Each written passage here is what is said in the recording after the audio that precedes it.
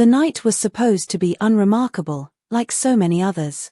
I'd just come back from an exhausting day at the library, where I'd spent hours wrestling with mock exams and caffeine-induced jitters.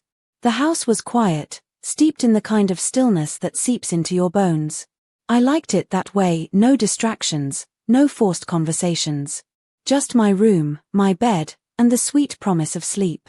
I didn't bother turning on the lights as I tossed my bag into the corner and collapsed onto the mattress, still in my clothes. My body begged for rest, and within moments, I was sinking into unconsciousness. But then it came, a faint touch on my hand, light as a feather but startling enough to drag me back to the surface of awareness. At first, I thought I was dreaming. My eyes refused to open fully, glued shut by exhaustion, but the sensation persisted. There was something cold against my skin, a chill that didn't belong in the warmth of my room. When I finally forced my eyes open, the darkness was impenetrable, broken only by the faint outline of a figure near the bed. My heart slammed against my ribs. "Maria!" I croaked, my voice rasping in the stillness. She didn't respond, but the figure shifted closer. Panic replaced my grogginess in an instant. I sat up, fumbling for the lamp on my bedside table, but before I could switch it on, her voice cut through the dark. "Sure, John. Don't wake your father."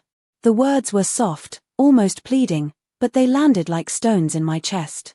Maria, my stepmother, the woman my father had married barely 3 years ago, was standing in my room in the dead of night. And her hand was on mine. "Maria, what the hell are you doing?" I managed, my voice sharper now, fueled by confusion and a growing sense of dread. She hesitated, her hand pulling back as if burned. I thought you might be cold. You left your window open." Her excuse was paper-thin. My window was shut, and we both knew it. The air between us felt charged, like the moment before a storm. I wanted to believe her words, to let her retreat and pretend this was nothing more than a bizarre misunderstanding. But I couldn't shake the unease coiling in my gut. Maria lingered for a moment longer, her silhouette rigid and unmoving, before she finally stepped back. "Good night, John," she murmured, her voice almost trembling as she disappeared into the hall. I sat there for a long time after she left, my mind racing in circles. Had I imagined it? Misunderstood her intentions? But no matter how I tried to rationalize it, the weight of her presence in my room, uninvited and unsettling, hung heavy in my mind. Sleep didn't come easily after that. When I finally drifted off, it was restless and fractured, haunted by shadows and half-formed memories. The morning brought little relief. Over breakfast, Maria acted as if nothing had happened, chatting with my father about bills and groceries like any other day. She didn't meet my eyes, though, and I couldn't shake the feeling that her words were forced, her laughter too bright. I barely touched my food, my appetite soured by the tension knotting my stomach. My father noticed, of course, but he chalked it up to exam stress. "You've been burning the candle at both ends, kid," he said, clapping a hand on my shoulder. "Take it easy today." I nodded, forcing a smile, but my thoughts were miles away. I had questions I couldn't ask, suspicions I couldn't voice. And above all, I had the sinking feeling that last night was just the beginning. The tension in the house didn't subside. If anything, it grew thicker, clinging to the air like smoke. Maria kept her distance, always polite but too eager to disappear the moment we were left alone. My father was oblivious, his usual cheerful self, unaware of the storm brewing beneath the surface. I tried to bury myself in studying, focusing on the equations and essay prompts that had consumed my life for weeks. But my mind refused to cooperate.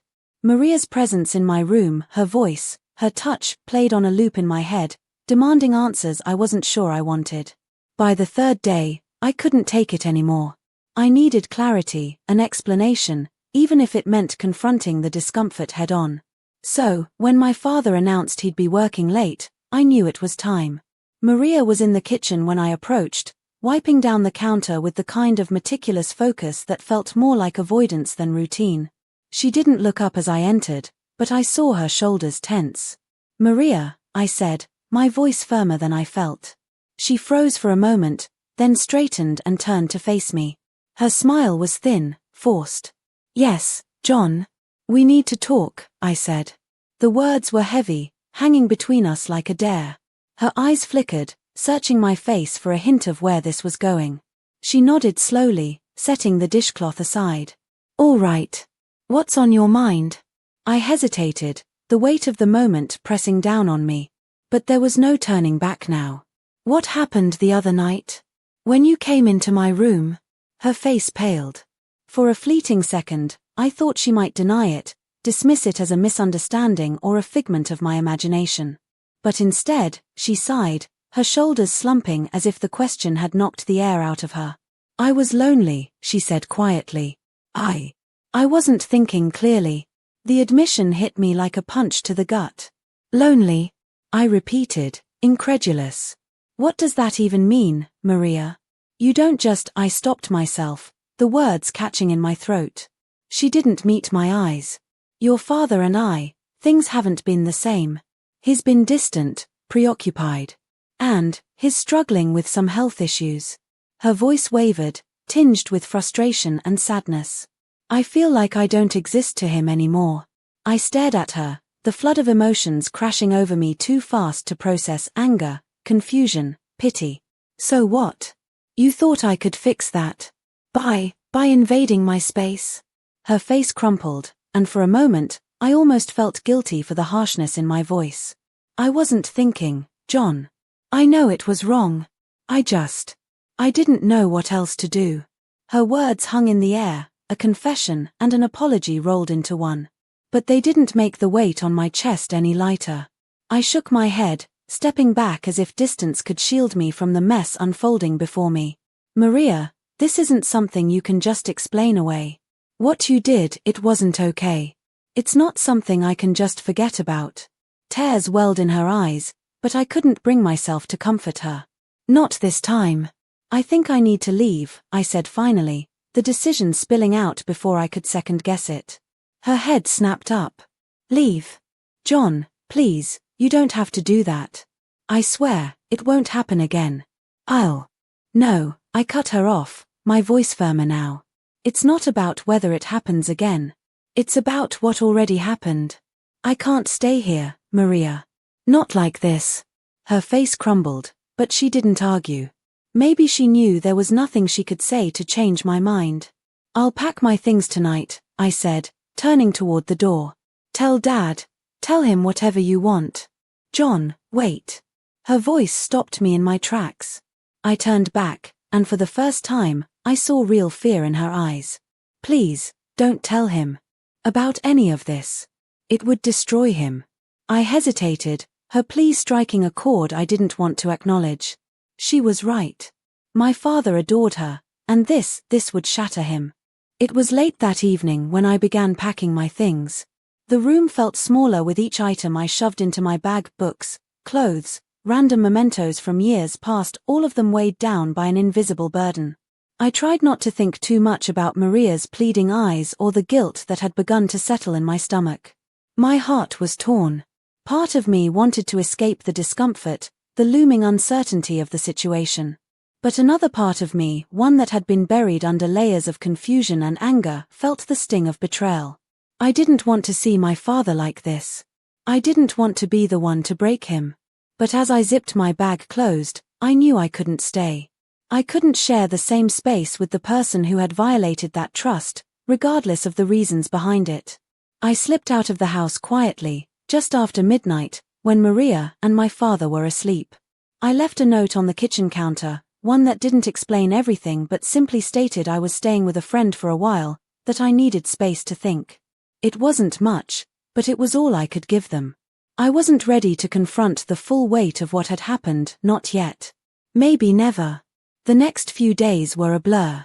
I stayed at my friend Alex's place, far from the house I had once called home. It was easier to be away, to not have to look Maria in the eye, to not wonder what my father was thinking. At night, I'd lie awake, staring at the ceiling, replaying everything in my mind. What could I have done differently? How could I have handled it better? Was I wrong to leave? But there were no answers. Only the silence, thick with the unspoken truth. Eventually, I gathered enough courage to talk to Maria again.